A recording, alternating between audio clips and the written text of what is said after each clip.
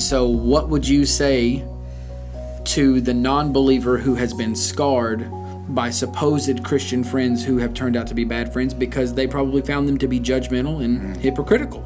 And maybe they've abandoned their lost friends in the time of need, or they don't help out when there's an opportunity to help because your lost friend calls and says, "Hey man, I'm trying to move this week." Well, the Christian friend should be going, "Hey, let me help out in any way I can," or there's a sickness, how can I be of any kind of assistance? Can we get you guys some food?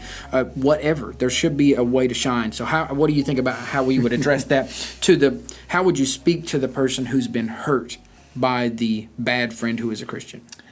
Yeah, I don't know if I'm going to answer this well, but I have an answer.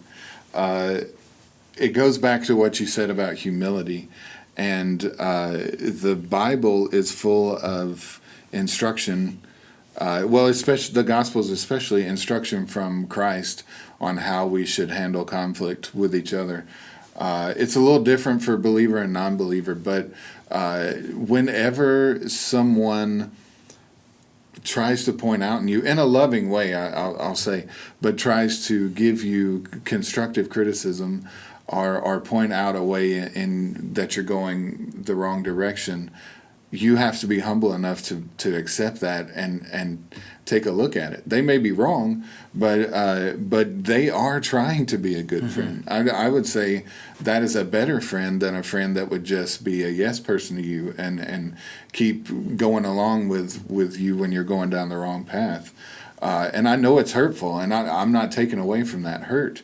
It can hurt to kind of really look in the mirror and realize some things about yourself. But we're called to do that, especially among believers.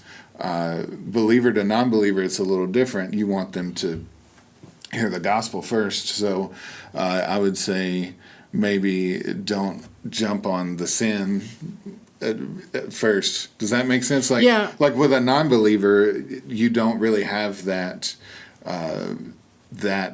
authority. Sure. Is that the right way to put it? Yeah, and I would say just there is going to come a point at a friendship between a lost person and a saved person, a believer. There is a point that you will reach that it is time for you to address their sin state. Yeah. And not really their sins, but their state of the lack of forgiveness for their sins. There is a point where you have to have that conversation. And they'll probably bring it up. And it probably will happen even organically. It's not good like you're going to have to go, how am I going to bring this up? It's going to happen organically. You're probably, if you're good enough friends with a person who is not a believer and you are truly living your faith, it's just going to happen. Sin and God don't mix very well, so they kind of cause problems when they're mixed together.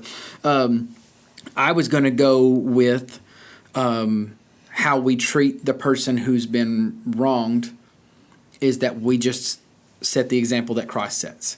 And I go back to one of my favorite scripture references, and that is Jesus Christ telling us that there is no greater love than someone who lays down his life for a friend. And it doesn't say a Christian friend. Yeah. It doesn't say, someone who's been a good friend to you.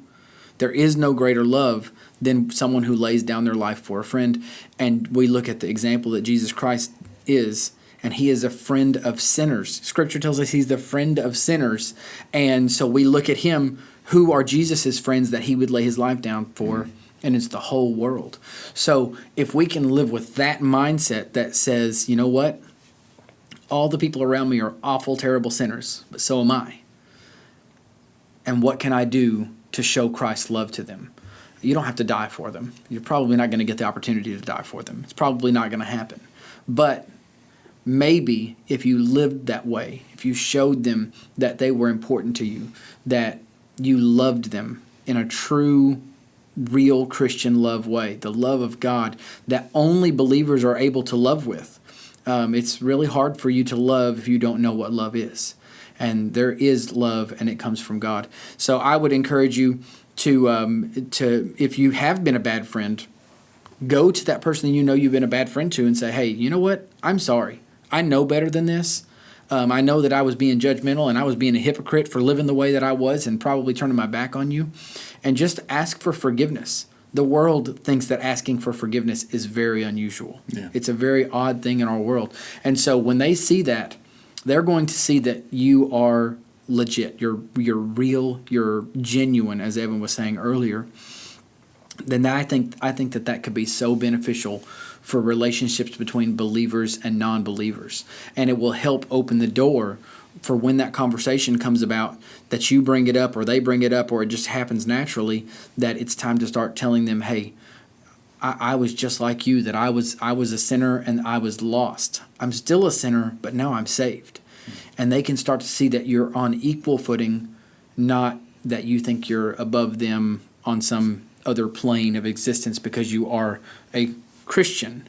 And that word can get misconstrued. So if you've got anything else, I don't know if we haven't covered it all, or no. I would just say to what you said. Part of laying down your life can be while you're, not actually dying, but putting aside your ego long enough to realize, it's not about me. It's about showing Christ. Yeah. And then also for the other person, it's not about me. I could never be wrong. It's about what is this person really trying to show me, and why? What's their motives? Yeah. So maybe even the example of humility that we see from Jesus, that he doesn't. It's not a death example, but he puts himself below the disciples and washes their feet. We can do that. We can put our own needs on the back burner for the needs of others. So, absolutely.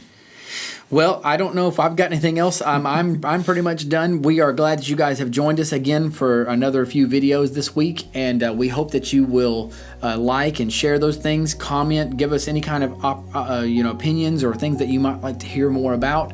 We're looking for ideas. We're looking for more stuff to be talking about. If you've just got a Bible study, a Bible story that you would like to hear maybe some more clarification on, we would be glad to give it a stab. We're not very smart, but we'll try. So we thank you guys so much for joining us.